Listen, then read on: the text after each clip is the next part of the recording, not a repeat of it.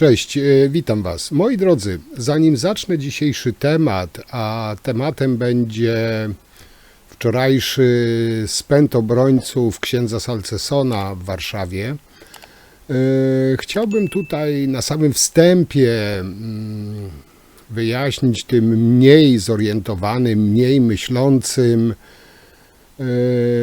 co autor miał na myśli, tytułując ten materiał, ten filmik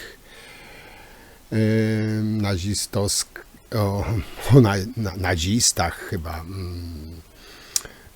może inaczej, ta nazistowska narracja. Powiem wam tak, gdybym był pisowcem, nazywałbym partię PiS Niemcami, faszystami i tak dalej. No ale nim nie jestem i daleki jestem od nazywania kogoś nazistą, faszystą, chociaż faszystów kilku bym tu wskazał palcem. Ale tutaj nie o to chodzi. Chodzi o narrację nazistowską. Czemu tak to odbieram? Bo być może tak nie jest, ale jak wiecie, ja tutaj dzielę się z wami swoimi spostrzeżeniami.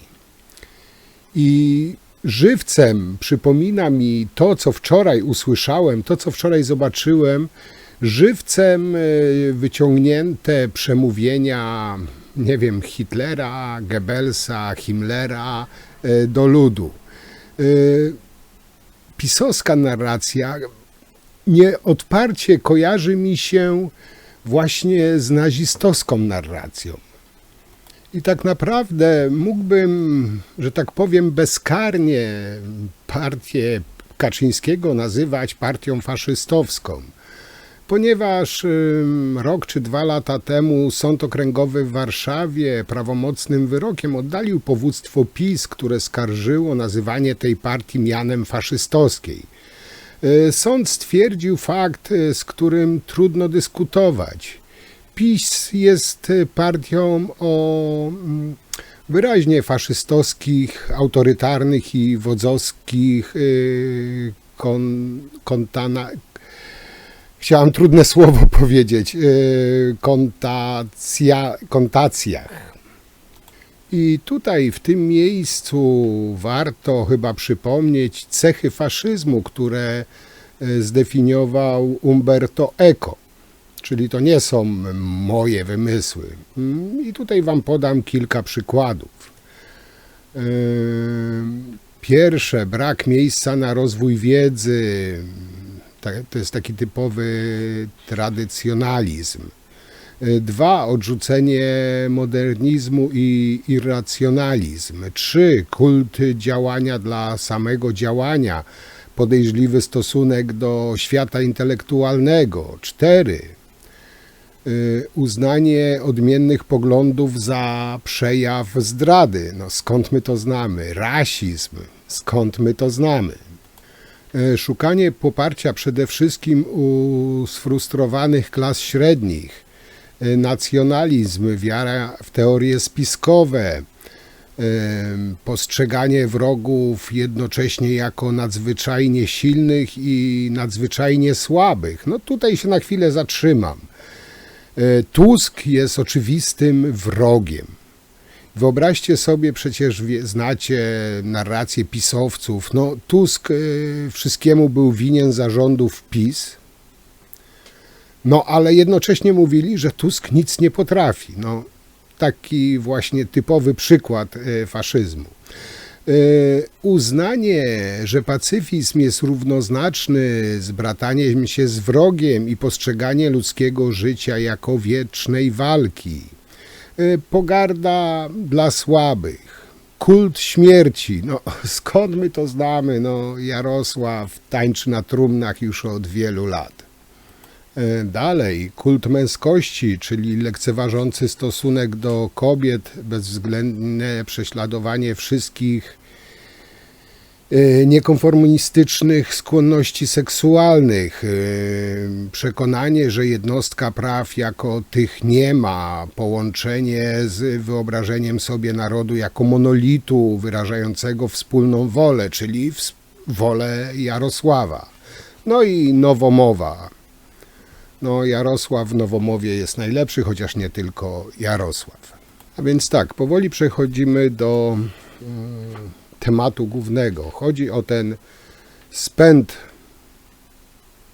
złodziei, którzy protestowali w obronie złodziei, czyli księdza Salcesona i im podobnych. I tutaj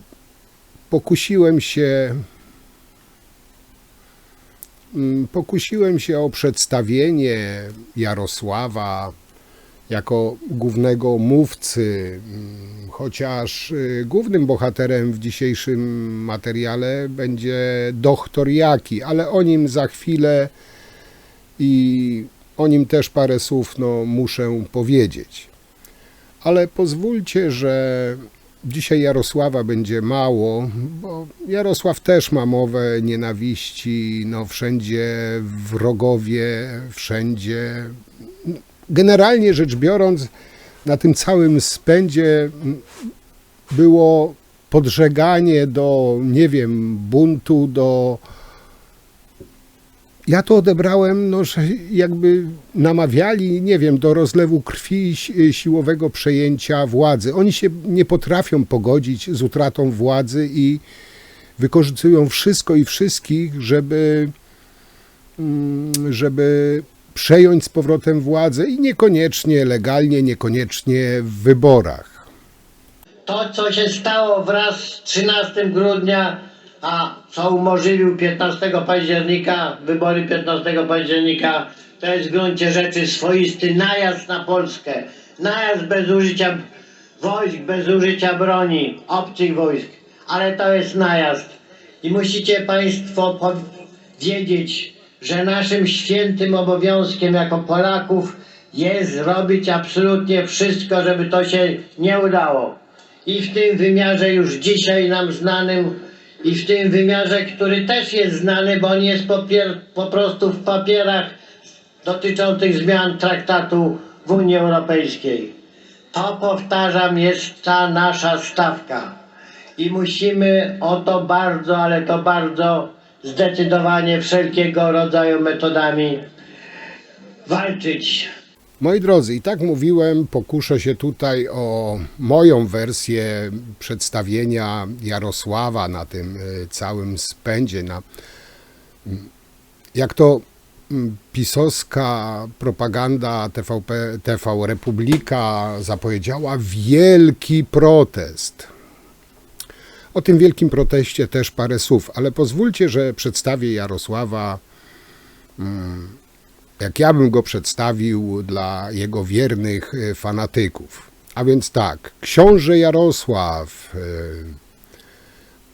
Aleksander Kaczyński, Właść Haczyński, herbu Pomian, wel Kaczor, wel Aspis, następca tronu Wolski, były i przyszły premier RP po klęsce październikowej i zejściu do podziemia czwartej RP przejął pseudonim konspirujący towarzysz Jarosław wel Jożen z Barzin.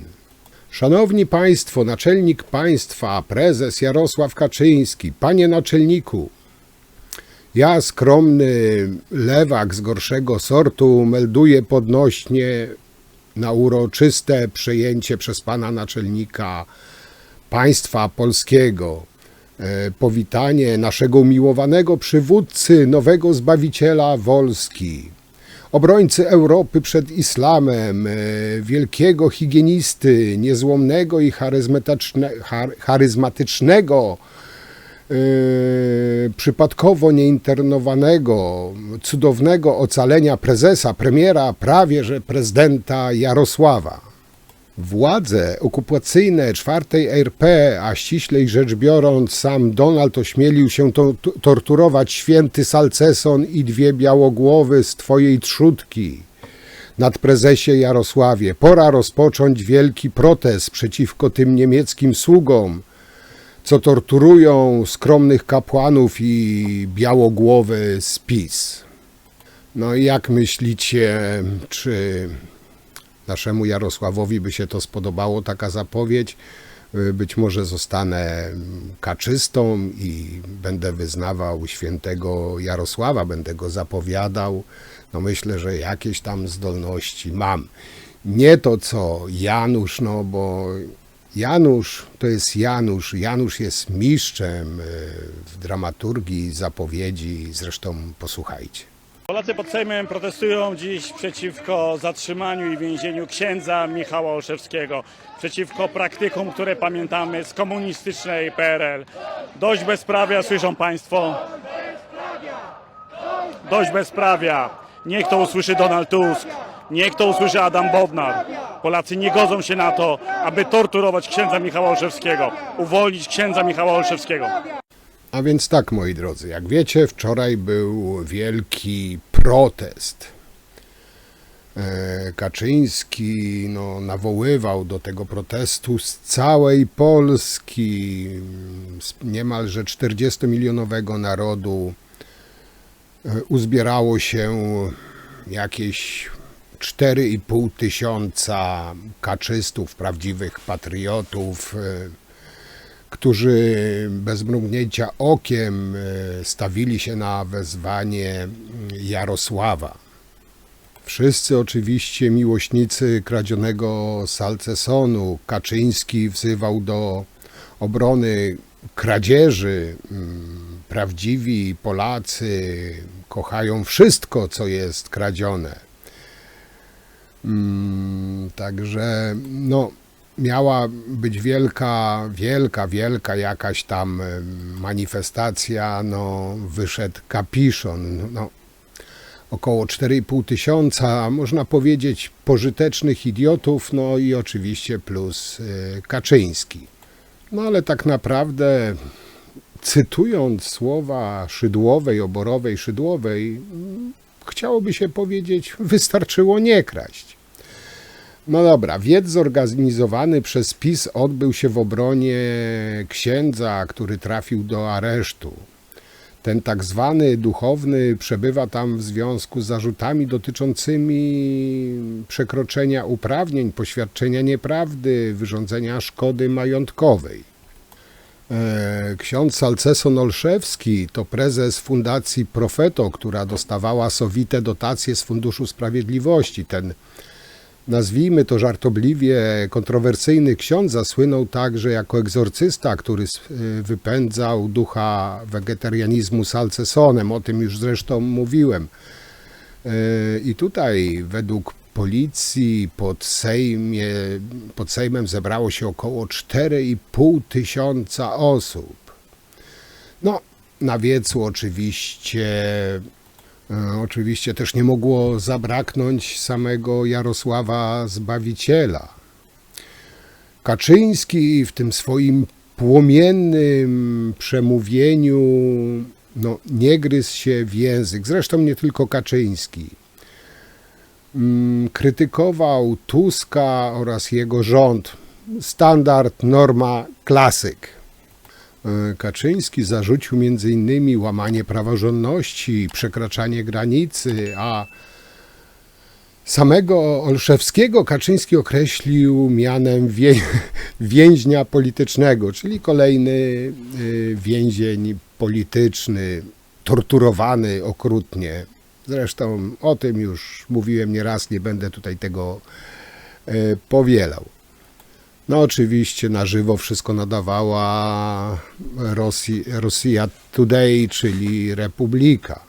Kaczyński powiedział: nie mamy nic przeciwko wyjaśnianiu sprawy, ale protestujemy przeciwko torturom. Jest to bandytyzm, grzmiał sam prezes. I jak dodał, działania Tuska są zaplanowane tak, by państwo polskie uległo likwidacji.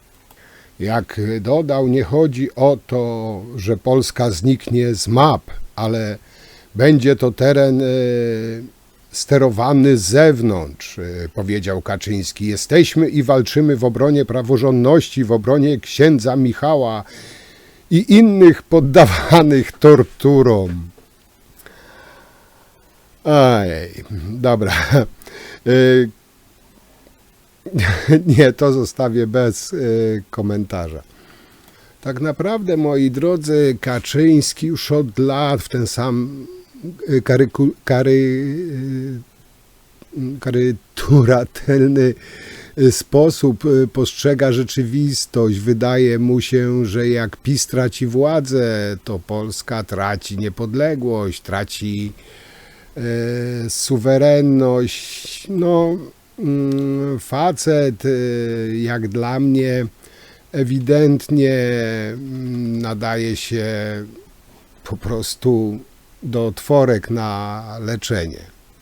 No oczywiście telewizja Republika swoją narrację, swoje szczucie, swoje ogłupianie po prostu tępych, bo chyba ich nie można inaczej nazwać, naiwnych ludzi, pierze im mózgi i potem to wszystko oni powtarzają, czy w mediach społecznościowych, czy na żywo. No po prostu część ludzi oglądających właśnie Republikę, słuchających pisowców ma tak potwornie wyprane mózgi, że czasami naprawdę po ludzku jest mi ich żal. Powiększa się liczba osób torturowanych przez reżim Donalda Tuska. Widnieje na niej nie tylko ksiądz Michał Olszewski, także dwie urzędniczki Ministerstwa Sprawiedliwości. Telewizja Republika ujawniła szokującą relację drugiej z aresztowanych kobiet. Ci, którzy pozostali na wolności i nie zgadzają się na stosowanie ubeckich metod w wolnej przecież Polsce, za pół godziny rozpoczną przed Sejmem protest przeciwko torturom wprowadzanym przez koalicję 13 grudnia w uśmiechniętej podobno Polsce.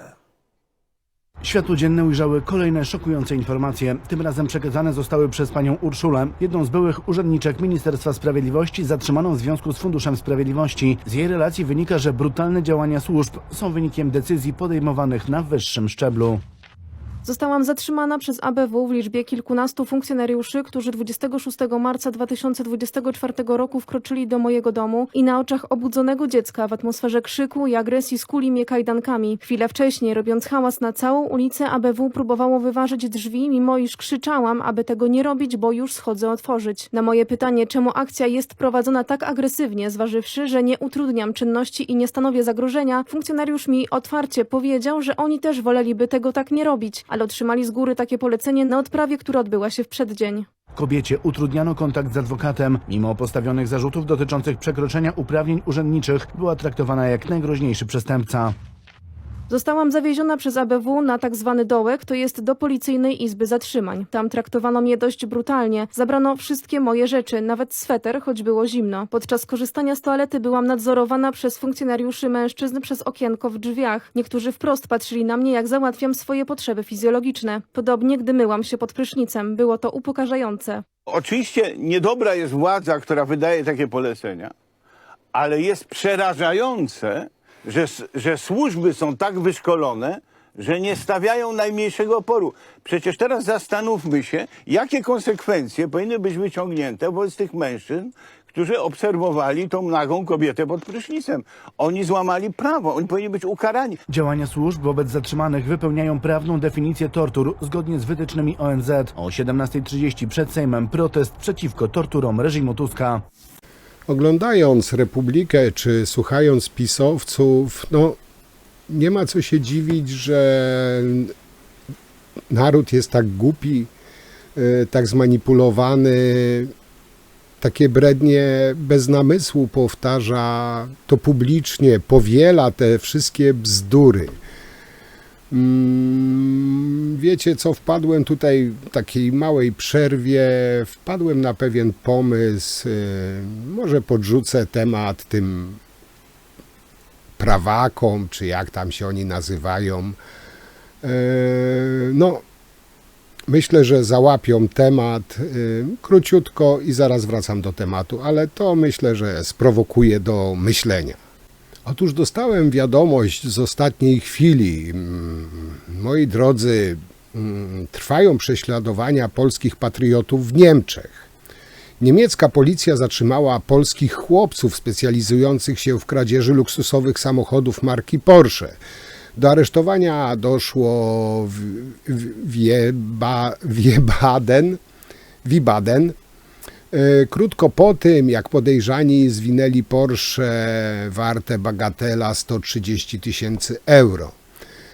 I tutaj ukłon w stronę telewizji Republika, żeby to nagłośnili, bo jak to Polaków, katolików, prawdziwych patriotów niemiecka policja będzie aresztowała, no to zasługuje na nagłośnienie, bo nie może być tak, żeby polskich patriotów jakaś niemiecka policja zatrzymywała, bo przecież to się kojarzy z wojną, z Gestapo i tak dalej. No, propagandziści z TV Republika, do dzieła, a my lecimy dalej z tematem. Moi drodzy, powiem wam tak, te prostackie, bo inaczej chyba tego nazwać nie można, prostackie kłamstwa, insynuacje wobec Tuska są świadectwem stanu umysłu mandaryna nowogrodczanego. Imputowanie Tuskowi jakichś szkoleń w Niemczech ma wzbudzić nieustanne podejrzenia i nieufność. Ciągle się, nie wiem, wkłada się w te biedne głowy pisowców: Tusk to Niemiec, Tusk z Niemcami to, Niemcy sram to, Tusko Niemcy, dupa, drewno i pokrzywy. Natomiast nie wspomina się nawet słowem w tej pisowskiej propagandzie o profesorze Krasnodębskim, który jest wykładowcą w Niemczech. Mało tego, nie wspomina się ani słowem o Mateuszu Morawieckim, który był szkolony pół roku w Niemczech. Polityka PiS opiera się już tylko na jednym filarze, po prostu na kłamstwie, bez jakichkolwiek hamulców, bez jakichkolwiek refleksji. Przekonują, że okradali państwo dla dobra ludzi pod płaszczykiem patriotyzmu. Chodziło o jedno wielkie, tak naprawdę, złodziejstwo. I powiem wam jeszcze, być może to już mówiłem, ale powiem jeszcze raz, bo myślę, że powinno się to powtarzać, bardzo często. Być może się też mylę. Jeśli się mylę, proszę, poprawcie mnie. Ale jak dla mnie, tak na zdrowy rozum. Jak kryształowym politykiem musi być Tusk, skoro od 8 lat Ziobro, Kamiński i 2 piętra ludzi zatrudnionych nie znaleźli na Tuska choćby jednego haka, choćby jednej łapówki, świadka czy jakiejkolwiek kochanki. Mają tam pewnie mieli tam pewnie w służbach całe piętra ludzi zajmujące się jedynie Tuskiem i nic, absolutnie nic poza kretyńskimi memami, pomówieniami, oskarżeniami i to wszystko. Tylko to, na to ich było stać. Ale ciemny lud, jak to powiedział Kurski o swoich widzach, wszystko kupi. No i teraz, moi drodzy, gwiazda dzisiejszego programu, doktor byle jaki. Jaki, nie wiem, z głupotą, nie wiem, próbuje konkurować z Kowalskim czy Suskim. Dla mnie Jaki to jedna z największych katastrof intelektualnych w polskim życiu politycznym. Po prostu Jaki jedynie co sobą reprezentuje, to jak dla mnie po prostu niesłychany poziom prymitywizmu. Oczywiście ma grupkę swoich zwolenników na tym samym poziomie intelektualnym, co on sam, wielki profesor Strzepaka. Zresztą obserwując to, co wstawia Jaki, to, co mówi Jaki, to nie przedstawia przedstawiciela narodu polskiego, można chyba tak to nazwać, w ławach Parlamentu Europejskiego, tylko tępego, prymitywnego trolla, który zajmuje się hejtem, pomawianiem, podburzaniem ludzi, skłócaniem ludzi. Jest tak wyjątkowo prostacki, chamski, że niektórzy tak zwani tępi hejterzy przy Jakim po prostu się chowają, nie umywają się do prostactwa Jakiego. No ale nie to, że Jaki nie jest doceniany. Oczywiście przez Kaczyńskiego jest doceniany, mało tego, przez reżimową rosyjską telewizję, przez samego Putina Jaki był, być może jest nadal, też jak najbardziej doceniany. Dlaczego? W swoim czasie był cytowany ze swojego zaciekłego atakowania Unii Europejskiej właśnie w putinowskiej telewizji reżimowej. Był podawany jako wzór, jako przykład. Także no, tylko pogratulować Jakiemu takiego awansu. Ciekawe, ile kopiejek za to dostał, czy to zrobił charytatywnie. I co do samego Jakiego, chciałbym wam wrzucić przemówienie na tym spędzie Kaczyńskiego, właśnie Jakiego. Nie chciałem tego ciąć, montować. Chciałbym, żebyście wysłuchali, jest długie, chyba 13 czy 14 minut ma, ale myślę, że warto wysłuchać. Wsłuchajcie się w to, co ten człowiek mówi. Zobaczcie, ile w nim jest jadu, ile jest nienawiści, jak podjudza, podburza ludzi. No to jest po prostu niewyobrażalne. Weźcie, posłuchajcie tego, bo myślę, że warto. Dziękuję Państwu bardzo serdecznie. Otóż, proszę Państwa, jesteśmy tutaj, ponieważ głęboko w to wierzę. Wszyscy marzymy o Polsce wolnej, praworządnej, Polsce szanującej godność drugiego człowieka. Polsce, która będzie rozwijała się gospodarczo, doganiała Zachód i przeganiała Zachód. Polsce, dokładnie tak jak Pan mówi, Polsce silnej. I szanowni Państwo, podczas naszych 8 lat rządów, mimo wielu problemów, tak zaczynało być. Nawet gazety brytyjskie pisały, że jak tak dalej pójdzie, to Polska nas dogoni. Więc proszę Państwa, za każdym razem, kiedy pojawia się ambitna Polska, odtwarzają się pewne schematy historyczne. Według łacińskiej zasady historia lubi się powtarzać. I proszę Państwa, wtedy zewnętrzne mocarstwa znajdują w Polsce swoich Polaków wśród największych zdrajców i łajdaków, którzy mają jedno zadanie: stłumić, zgasić ambicje Polski, ambicje naszego państwa. Tak było, proszę Państwa, w drugiej połowie XVII wieku z słynnym Hieronimem Radziejowskim. Jeszcze tylko, proszę Państwa, brakowało, żeby sobie biało-czerwonego serduszka przykleił, jakby naklejki takie były, proszę Państwa. W XVIII wieku, w XIX wieku pełno takich zdrajców można znaleźć i dokładnie tak samo było, szanowni państwo, w XXI wieku. Za czasów naszych rządów, jestem o tym głęboko przekonany, Tusk dogadał się z Niemcami na takiej oto zasadzie. Otóż, proszę państwa, dogadał się na takiej oto zasadzie.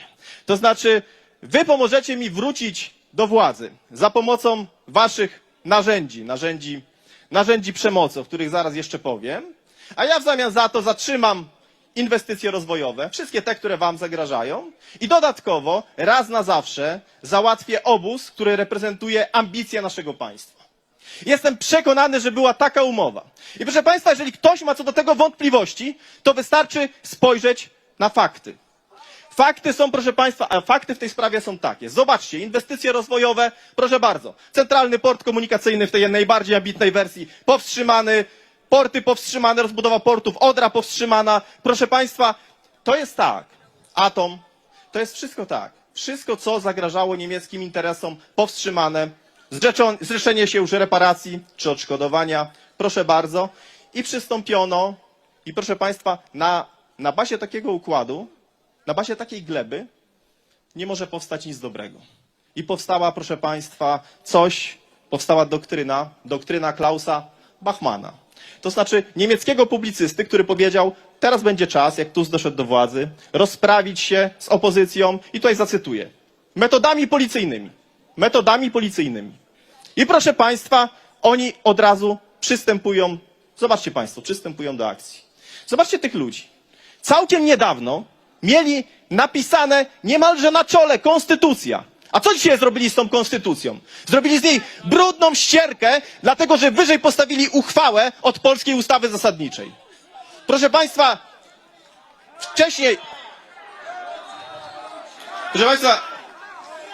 wcześniej, państwo pamiętacie, chodzili tutaj, robili wielkie marsze i mówili o czym?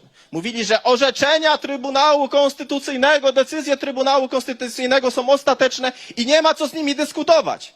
A jak doszli do władzy, to co? To co? Okazało się, że komunikat prasowy jest wyżej niż decyzje Trybunału Konstytucyjnego. I też pozwólcie państwo, że zacytuję z komunikatu Ministerstwa Kultury, który powiedział, że nie będzie szanował decyzji Trybunału Konstytucyjnego, bo co? Bo nie spełnia kryterium doniosłości. Więc wprowadzono, proszę państwa, nowe źródło prawa, to znaczy kryterium doniosłości. Proszę państwa, przez 8 lat naszych rządów, ja w Parlamencie Europejskim niemal każdego dnia słyszałem, że my rzekomo, jako politycy, wpływamy na sędziów. Wpływamy na sędziów. Politycy twierdzili, nie mają prawa wpływać na sędziów. Proszę państwa, tak było za czasów naszych rządów, w ich oczywiście narracji. Twierdzili, że tego nie wolno robić i oni to powstrzymają. Po czym jak doszli do władzy, to co zrobili? Ostatnio widzieliście państwo w KRS-ie, wysłali na polskich sędziów policję z bronią, wyważając im szafy. Więc proszę państwa, a jeszcze dodatkowy kontekst tej sprawy jest następujący. I wszyscy powinni na to zwrócić uwagę. Wobec polskich sędziów można było użyć broni, a wobec nachodźców na polskiej granicy to już nie wolno było używać broni. To już trzeba karać polskich żołnierzy. Polski żołnierz nie może używać broni, żeby bronić polskiej granicy, a może, żeby atakować polskich sędziów, patriotów, których jedynym problemem było to, że uważali, że polska konstytucja jest wyżej niż prawo europejskie, co zresztą wynika wprost z ustawy zasadniczej. Dość bezprawia! Dość bezprawia! Dość bezprawia! Dość bezprawia! Dość bezprawia! Dość bezprawia! Dość bezprawia! Dość bezprawia! Proszę państwa, państwo wiecie, że oni, proszę państwa, buzię sobie całą obklejali, że oni walczą o wolność. Tutaj też robili wielkie manifestacje. Wolność kocham i rozumiem. Ile razy oni tutaj śpiewali razem te piosenki z tymi swoimi ogłupiałymi celebrytami. I proszę państwa, no i co? I co? I jak, proszę państwa, doszli do władzy, to państwo sami możecie zobaczyć, no nie ma wolności bez prawa do manifestacji. Pamiętacie państwo, jak tu niedaleko potraktowali polskich rolników, którzy walczyli o naszą przyszłość, o przyszłość naszych dzieci, o zdrową żywność. Proszę państwa, jak potraktowali? Zaatakowali człowieka, którego jedyną wadą w cudzysłowie było to, że trzymał biało-czerwoną flagę. Pewnie nie byłby zaatakowany, gdyby niemiecką trzymał, to wiecie państwo. Więc proszę państwa, a propos tej wolności, doszli do władzy i zgniatają wolność medialną. Pan prezes celnie zauważył, zwrócił uwagę na to, jak potraktowali media, żeby zamknąć obieg, żeby ludzie nie mieli prawa do informacji. Proszę państwa, czyli nie ma wolności bez prawa do manifestacji, ale dodatkowo, proszę państwa, ledwo co doszli w imię tej wolności do władzy i co? I przygotowali ustawę o tak zwanej mowie nienawiści. I teraz do więzienia będą wsadzać tych, którzy się z nimi nie zgadzają. To jest, proszę państwa, ta ich wolność. Więc, szanowni państwo, my mamy dzisiaj oto taką sytuację, że to była tylko kwestia czasu, że oni po prostu zachowują się jak gangsterzy. Oni każdego dnia na nowo łamią prawo, jak zorganizowana grupa przestępcza i to była tylko kwestia czasu. Oni są uzależnieni od tego, żeby stosować coraz więcej bezprawia. I to była tylko, proszę państwa, kwestia czasu, aż posuną się dalej, aż przekroczą kolejną granicę. I proszę państwa, przekroczyli tą kolejną granicę. W głównej sprawie, w której my się dzisiaj tutaj spotykamy. Szanowni państwo, To jest tak, i kontekst do tej sprawy trzeba również narysować. Mianowicie to jest tak, wspominał już o tym pan prezes, ale ja jeszcze państwu dodam kilka rzeczy. Mianowicie to jest tak, oni po to siłowo przejęli prokuraturę, nie tylko żeby realizować doktrynę Klausa Bauchmana, o której przed chwilą mówiłem, czyli policyjnymi metodami rozprawić się z opozycją, czyli z demokracją tak naprawdę w Polsce, ale przede wszystkim, żeby poskręcać gangsterskie sprawy swoich kumpli. Bo wiecie państwo, skręcili sprawę tak, skręcili już sprawę Grodzkiego. Proszę państwa, 250 osób zeznało o jego korzyściach majątkowych. To jest, proszę państwa, absolutny rekord w Europie. Niech ktoś mi poda drugą taką sprawę w Europie polityka. To on, proszę państwa, on przegonił słynną europosłankę z Grecji. Więc, proszę państwa, i to jest tak, to wspomniana afera śmieciowa, skręcana afera fakturowa, proszę państwa, wracają przestępstwa VAT-owskie, już ledwo doszli do władzy, już zaczyna brakować pieniędzy, ruscy agenci im uciekają, a gdzie oni kierują siłę polskiego państwa, która nie może być tam, gdzie powinna być? Gdzie kierują, proszę państwa? Na księdza, proszę państwa, na księdza Michała, który przecież ma tak wspaniałą, proszę państwa, kartę, który tylu młodych ludzi wyciągnął, bo to jest jeden z tych duchownych, który potrafił skutecznie trafiać do młodych ludzi. On dlatego tak bardzo ich denerwuje. Tworząc portal, tworząc radio w nowym systemie cyfrowym, możecie państwo zobaczyć, które docierało do dziesiątków tysięcy młodych ludzi, wyciągając ich ze zła.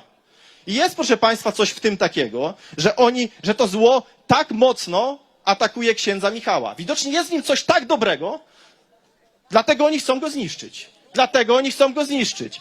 Więc, proszę państwa, i to jest tak, atakują księdza Michała.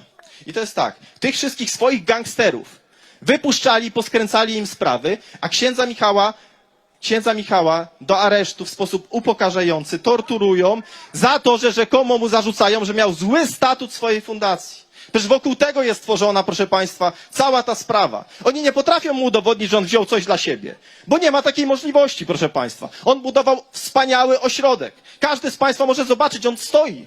Przecież nikomu nie został ukradziony, państwowy. Proszę państwa, i co? I proszę państwa, już pewnie czekają, jestem przekonany, że to jest atrakcyjny teren na Wilanowie i już czekają pewnie deweloperzy, żeby to dzieło księdzu Michałowi odebrać. Oto w tej, proszę państwa, pewnie o to w tej całej sprawie chodzi. Więc proszę państwa, nie mówiąc już o tym, jak traktują kobiety. Żeby święty sakrament zmuszać, żeby święty sakrament jedna z tych kobiet musiała przyjmować w schowku na miotły. Proszę państwa, to jest, proszę państwa, coś niebywałego. Więc, szanowni państwo, my jesteśmy dzisiaj w takiej oto sytuacji, że Tusk z całą tą swoją ekipą z 13 grudnia stworzyli z Polski kompletne państwo bezprawia. Tu już prawo, proszę państwa, nie obowiązuje. Trzecia Rzeczpospolita, jak wszyscy wiemy, nigdy nie była idealnym pod tym względem państwem. Ale to, co w tej chwili, ten nowy ustrój, który w tej chwili tworzy Tusk, gdzie po raz pierwszy systemowo chcę to podkreślić, siła i wola polityczna jest ponad prawem stanowionym, to po raz pierwszy zrobił to Tusk. Niszcząc wszystkie zasady, którymi wycierali sobie, proszę państwa, buzię przez 8 lat naszych rządów. Mówili, że chcą praworządności, wytarli sobie buzię i buty tą praworządnością. Chcieli państwo prawa, wytarli sobie buty tym państwem prawa. Chcieli niezawisłości sądów, proszę państwa, wysyłają na sędziów policję z bronią. Proszę państwa, wszystko jest dokładnie na odwrót, jak miało być. Proszę państwa, głównym, bo ciągle się pojawiają pytania, jaki jest główny program Donalda Tuska, jakie jest jego główne hasło, proszę państwa, to jest jedno główne hasło. Zemsta. On zamienił, proszę państwa, Polskę w państwo, które pała się rządzą zemsty. To jest jego jedyny cel. Podatki miały być niższe, są wyższe, życie miało być lepsze, jest gorsze, miała być praworządność, nie ma praworządności, ale jest zemsta. On zamienił państwo w jedną wielką komisję śledczą i już, proszę państwa, są tego ofiary. Proszę państwa, na przykład to jest tak, że w Orlenie, proszę państwa, Orlen zamienili w jedną wielką komisję śledczą, proszę państwa, przez to, że ten koncern wielki nie jest zarządzany, to 7 miliardów wypłynęło, nie ma. I jeden, proszę państwa, z menadżerów, który był odpowiedzialny za to, już nie wytrzymał tych ciągłych śledztw, tej ciągłej nagonki i zmarł. To samo po tej nagonce szef jednej z fundacji też zmarł. Proszę Państwa, więc konkludując, chcę Państwu powiedzieć tak, że wracając do tego, od czego zacząłem to wystąpienie. Ja wierzę w to, proszę Państwa, zwyciężymy. Ja wierzę w to, proszę Państwa, że jeżeli wyznajemy to wielkie marzenie, jakim jest wolna, bezpieczna, praworządna Polska, która szanuje godność każdego człowieka, to wierzę, że jeżeli nie będziecie Państwo obojętni, jeżeli wszyscy Polacy obudzą w sobie tą prawdziwą polskość, bo to, co Tusk prezentuje, to nie ma nic wspólnego z Polską. Polska zawsze, prawdziwa Polska, zawsze z szacunkiem traktowała kobiety, z szacunkiem traktowała drugiego człowieka. Prawdziwa Polska to jest Polska szlachetna, to jest Polska cnót, a nie tak jak Donald Tusk, który ubrał się w biało-czerwone serduszko i ogonem na mszę dzwoni, proszę Państwa. Więc proszę Państwa, Państwo reprezentujecie prawdziwą Polskę i tą prawdziwą Polskę trzeba obudzić w innych Polakach. I proszę Państwa, i niech sprawa księdza Michała będzie prawdziwym symbolem wolnej, niepodległej i wkrótce wierzę silnej, suwerennej i wolnej Polski. Moi drodzy, powiem wam tak, jak słucham Jakiego, widzę, kiedy za każdym razem otwiera swój otwór gębowy i wypluwa z siebie te hektolitry jadu, tych insynuacji, pomówień, tej, nie wiem jak to nazwać, jakowej treści żołądkowej, to udowadnia tylko tym samym, że jest po prostu kompletnym idiotą lub po prostu wyrachowanym sukinsynem. Tak go po prostu odbieram. I ja się potem, powiem wam szczerze, nie dziwię, że ludzie, którzy nie potrafią łączyć kropek, którzy nie potrafią myśleć samodzielnie, biorą przykład właśnie z takiego idioty jak Jaki. W ogóle ta przemowa Jakiego, jak dla mnie, no, to był odbiór niczym, włączyłbym przemówienie, nie wiem, Hitlera, Goebbelsa, Goeringa do tłumu. No tak mi się to skojarzyło. Nie mówię, że tak jest, że tak to było, ale ja mam takie skojarzenia. I dla przykładu podam wam też wypowiedź jednej z uczestniczek tego spędu Kaczyńskiego, który się odbył wczoraj w Warszawie. Jedna z kobiet powiedziała tak, uwaga, cytuję: podnoszą rękę na świętości wszystkich Polaków, czyli na co, na ojca Salcesona? Nie wiem. Jak można zakuć w kajdanki księdza, nie dawać mu jedzenia i wody? To przecież barbarzyństwo. Chcą go złamać jak Pana Jezusa. Modlę się za niego. Kto by pomyślał, że coś takiego wydarzy się w XXI wieku? Tak powiedziała jednemu z dziennikarzy, jedna z uczestniczek właśnie tego protestu w obronie księdza Salcesona. To jest najlepszy dowód na to, jak ludzie mają wyprane mózgi, jak po prostu są, no nie chcę tu nikogo obrażać, ale to chyba właściwe słowo, bezdennie głupi i naiwni.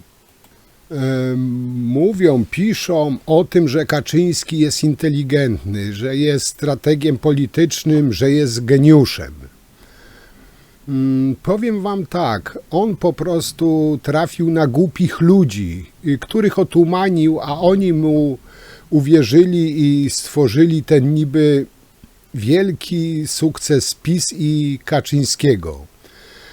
Pomógł mu w tym wydatnie durny i pazerny kler,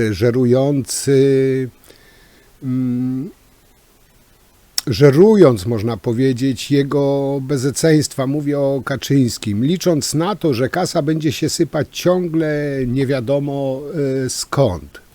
I tak naprawdę to się skończyło i te śmieszne protesty tej garstki ludzi, czy te wszystkie pomówienia, oskarżenia, podjudzanie, no to się po prostu kończy, PiS się kończy.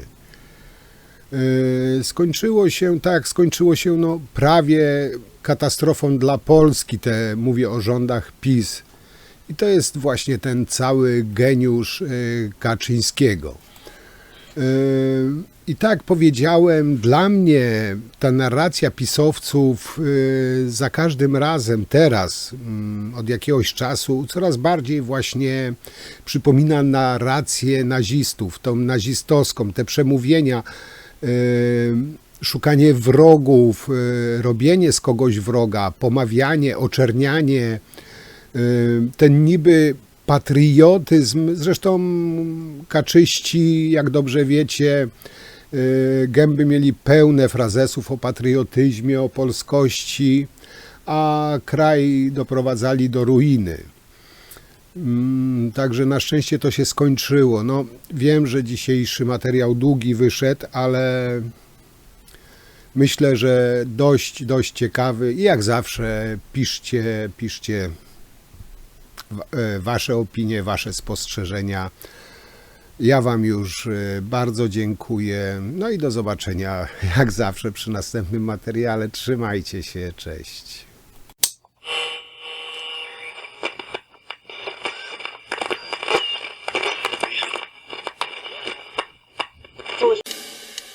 Żebym się nawdychał czegoś, choćbym tęgo się posmarkał, za cholerę bym być nie chciał w sytuacji pana Jarka. Choć ma posłów wśród klakierów i część go narodu kocha, bycie panem Jarkiem teraz marna raczej to radocha. Żaden z polityków sławnych i tu rodzi się dylemat, szans najmniejszych, choćby tycich, na prezydenturę nie ma. Tak zajechał ich przez lata, impregnując kaczym chuchem, że dziś ma we własnej partii dość staranną rozpierduchę. Zaufanie klapło z hukiem, niczym balon nakłuwany, co określić można jako okruch bardzo dobrej zmiany. Mało kto Mateuszowi ufa, mało kto Beacie Fogiel, Błaszczak, Czarnek, Sasin, nikt nie wierzy w te postaci. Kiedy zaufania nie ma, żaden umoczony bufon, skąd wytrzasnąć kandydata? Może trzeba wołać UFO. Pewnie zaraz nam wyskoczy nowa postać, jedna z wielu, niczym królik z kapelusza. Jak Andrzejek spod Wawelu.